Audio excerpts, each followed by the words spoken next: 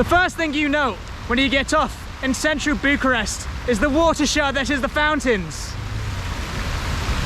Look at this. Wow.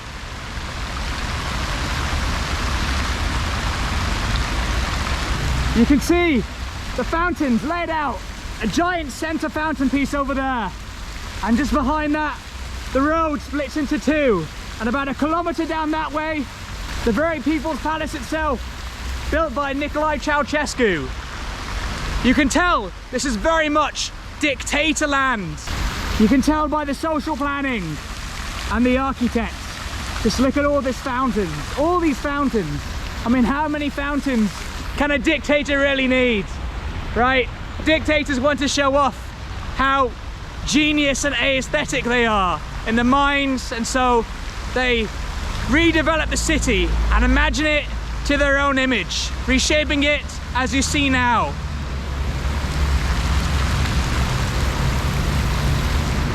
A dictator's front garden. Oh, I'm liking this area. I can cool off. I can feel the droplets of the fountains splashing onto me.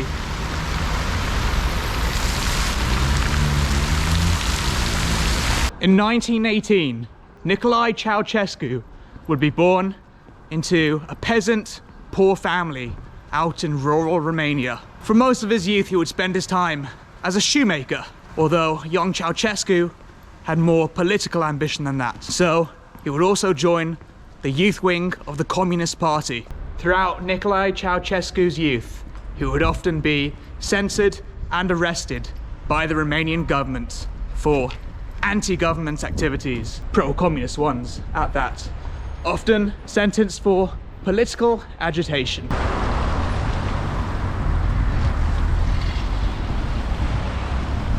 In 1965, Ceaușescu succeeded to the leadership of the Communist Party and became the General Secretary.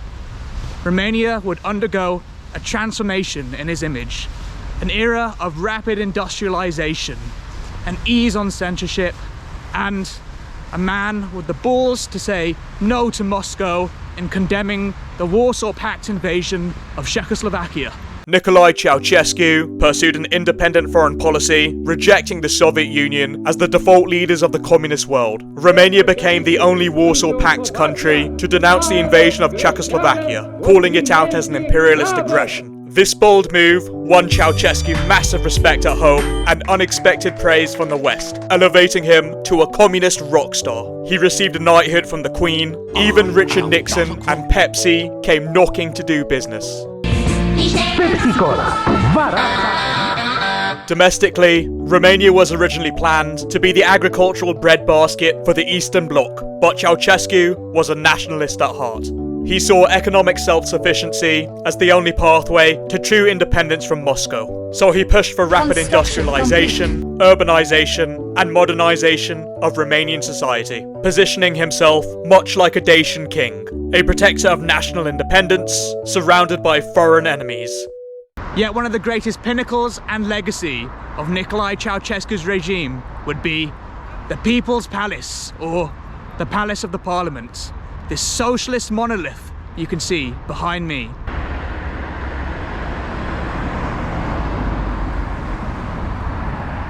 Nicolae Ceaușescu commissioned this building in 1984. To this day, it has yet to be finished. As we know the story of Nicolae Ceaușescu, he would eventually perish and never see the completion of this grand socialist monolith behind me. The Palace of the People is quite an ironic name for a building of this caliber, considering that $2 billion was spent for this project during the time of gas cuts, food shortages, regular blackouts, and overall financial hardships and squalor. And the palace now holds several world records, currently being the heaviest building in the entire world, with tons of steel, bronze, marble, and various kinds of Romanian treasures. It includes 1,100 rooms, 9 level stories, and 2,800 chandeliers. In 1971, Nicolae Ceaușescu would have a state visit to North Korea. Attracted to the ideas of the personality cult of Kim Il-sung, seeing the monumental structures of the People's Republic of Korea, Nicolae Ceaușescu would return to Romania with an idea to transform his nation into his own image. Ceaușescu's visit to Beijing and Pyongyang is arguably the biggest turning point of his vision for Romania. Impressed by the Cultural Revolution, so intertwined with art, literature, media, and urban planning, he rediscovered the Stalinist Maoist adaptation of communism. In particular, he was sold by the political philosophy of Juche, which held that the dear leader and the Communist Party must be omnipresent in every aspect of society. The working class was to meet the expectations of the party, or else. An old, beautiful and historical district was once here. After Nicolae Ceaușescu had new ideas, the whole sector was demolished, and the whole sector, a socialist sector, would be dedicated to build this gigantic obelisk. A tribute to a very socialist leader in a very socialist country.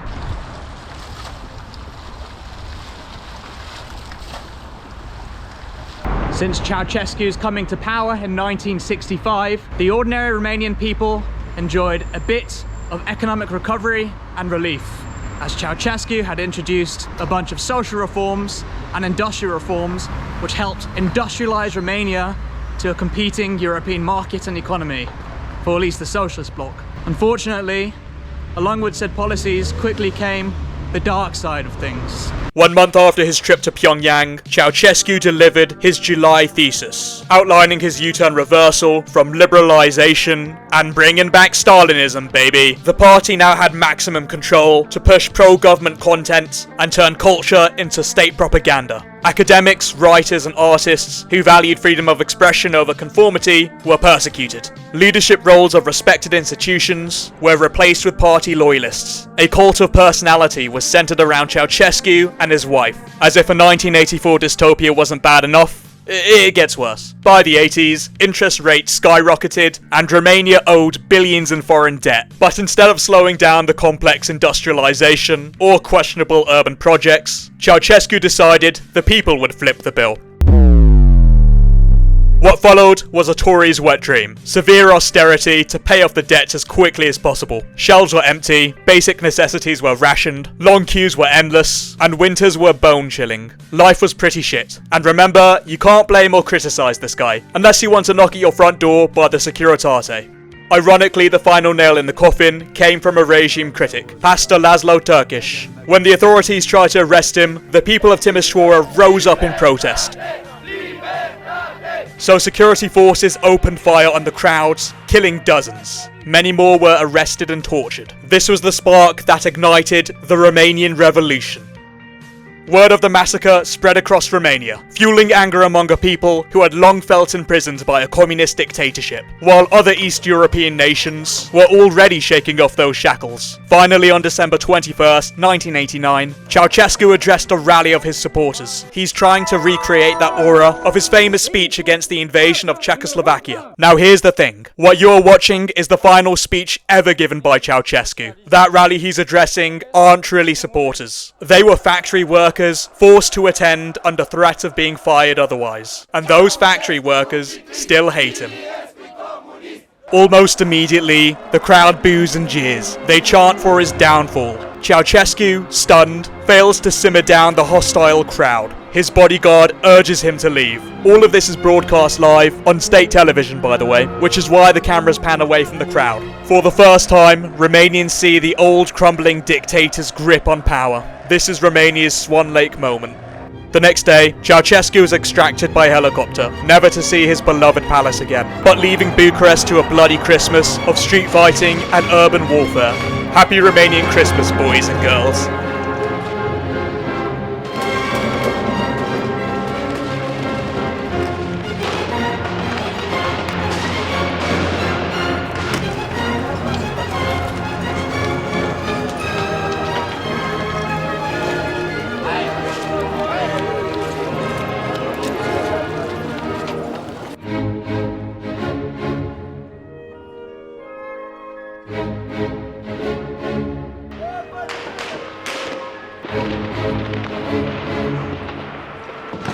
battle has now been raging for almost 24 hours, and still these troops, despite their superior firepower, haven't been able to winkle out the snipers who are still loyal to Ceaușescu.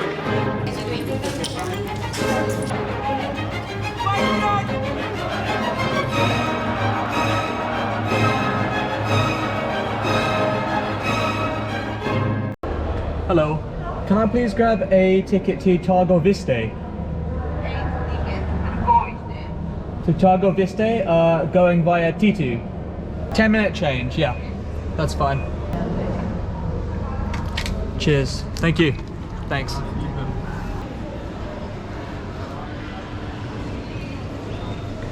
I am now on my way to Târgoviște to go to the... I'm now continuing my adventure across Romania to Târgoviște to find the very spot where Nicolae Ceaușescu was put on trial and executed on Christmas Day, December 25th, 1989.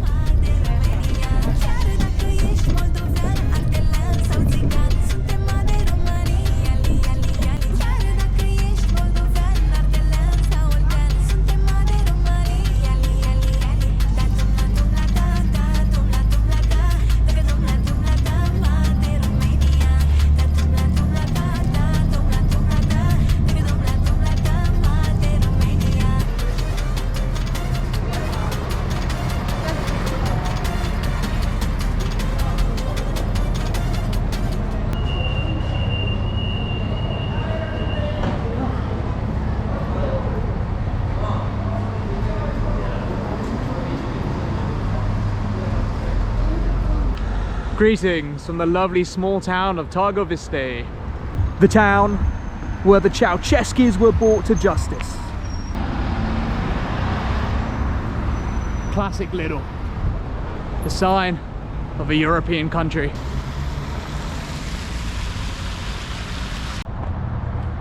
This eerie and decrepit building was once a military barracks. Not quite the palace the Ceaușescus had in mind to spend their final few days. I'm going to take you through the front gate. More accurate to Ceaușescu's POV when he was escorted out the armoured vehicle.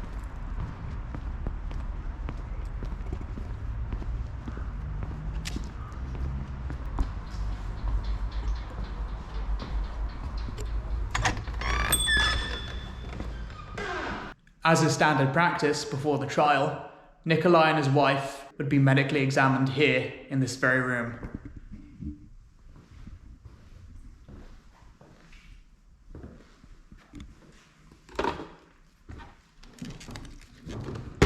Hello? What's your favorite skill? Nope. No lines. These books probably weren't here. This is probably the bed Nicolae and Eleni had to share. And here's the map of Romania. And that is the old flag of communist Romania.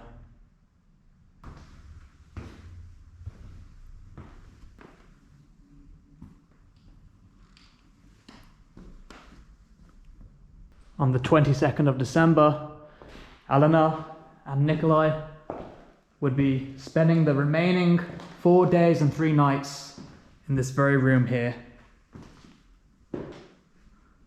awaiting their trial and execution for Christmas Day, December 25th. You can see the old military uniform here of communist Romania and the old coat of arms that would be embedded upon the flag. Republica Socialista Romania. And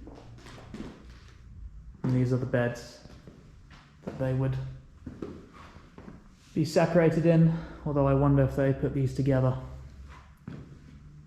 I don't know if that additional bed was there. It probably was. Went unused. You can't help but wonder on the fear and anxiety that went through their minds, as they probably knew what their fate would have in store. And if you follow me this way, I'll take you to the very room in this old courthouse where Nicolae and his wife, Elena, were both put on trial right here by the military court. You can see the old uniform of what the military would wear. Conveniently labelled here, the positions of where everyone stood on trial. The prosecutors would sit here.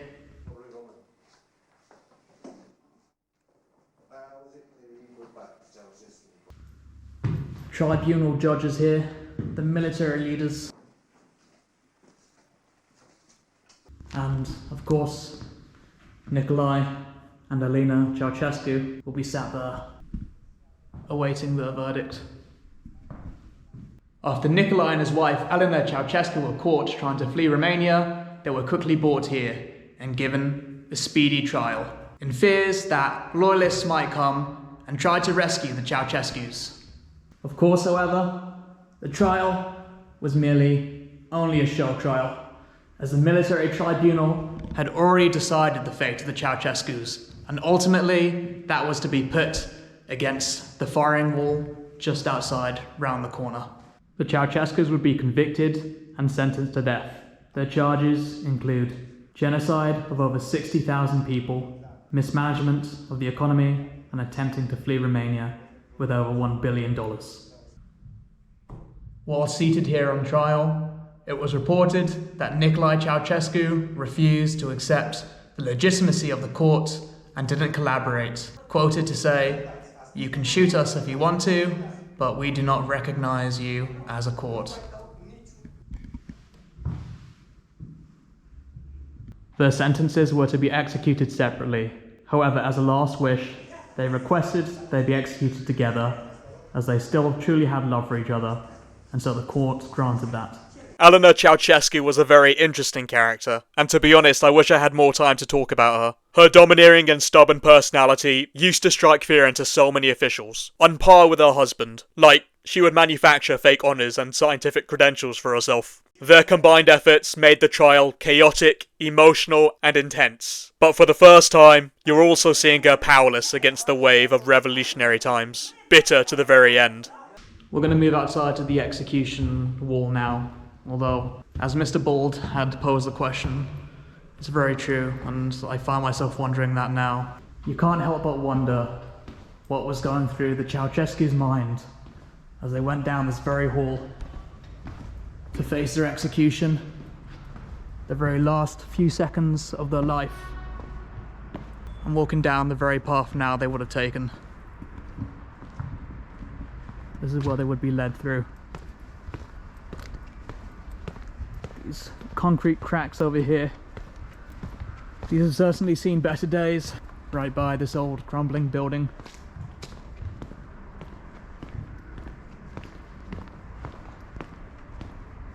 And here are where the Ceaușescus would have been lined up together.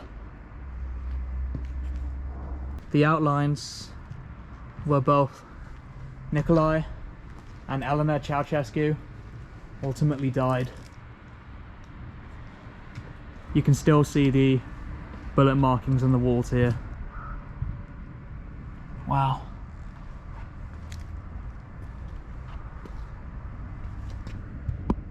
As the Ceaușescus were taken to the execution wall, Elena Ceaușescu was reported to be in a lot more of a panicked and frenzied mood, and she would cuss and swear at the guards who were taking her to the wall.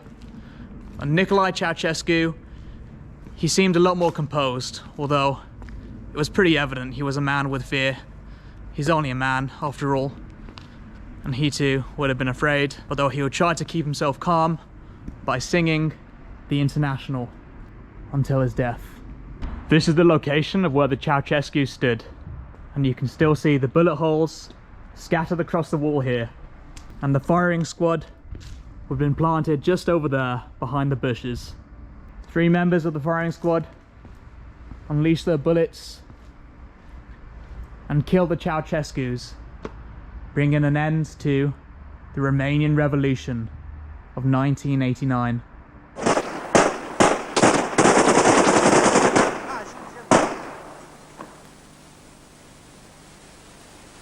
Nu mai trage nimeni.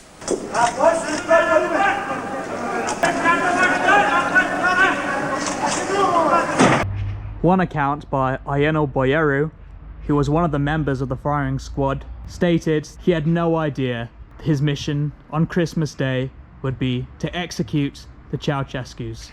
Boieru believes that his bullets were the ones to kill both the Ceaușescus. When he started shooting, he noted one member of his firing squad had frozen and the other one had left his gun off of automatic, meaning it can only fire single shots. I know there's no necessary regret or remorse for what the Ceaușescus had done. However, the question still haunts me to this day. From the last few seconds, just after the predetermined trial, did the Ceaușescus really believe that this would be the end? That it would all come to an abrupt ending? Did they ever find acceptance in that? Did they ever find peace that it will come to be? Maybe they longed on for hope of that rescue, of that rumoured rescue. Or maybe they just accepted as it is. Sadly, we'll never know the answer to that now. We're never going to get those memoirs or that account of history, because the people who could think and feel those sorts of things at the very time, now their outlines remain there. To this day, Romanians still struggle from the events of 1989 and the revolution. There are still so many unaccounted for victims and questions that remain in the minds and the hearts. What happened to their family members? What happened to their loved ones? What happened to all those victims of the secret police and the brutality and violence of the Ceaușescu regime? And there you have it. In this very building came the execution of Nicolae Ceaușescu and the end to a very bloody and violent Romanian Revolution of 1989.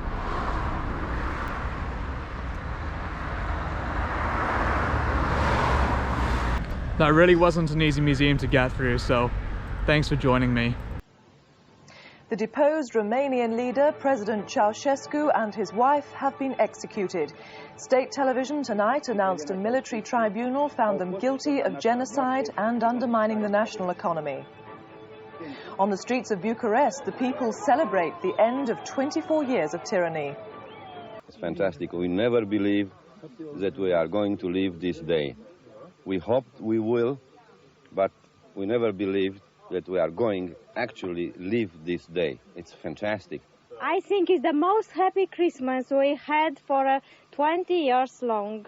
Ordinary Romanians had fought so long and hard to finally achieve some freedom, liberty and dignity from the brutalities of the Ceaușescu regime. And while they had achieved the results in the end, it was such a shame how in 1989 Romania was one of the only Eastern Bloc countries to undergo such a violent revolution. And yet there are still so many questions left unanswered. What happened to their loved ones? What happened to many family members and friends who have gone missing? What about all those who died? What about all those mutilated and brutalized in the clutches of the secret police, of the whole regime? There's still so much justice and retribution left undone. Many of those who had committed such crimes have gotten away. The Romanian people may never get the answers they seek or the justice and retribution which they deserve. But at the end of the day here in Bucharest, they still have a palace to look at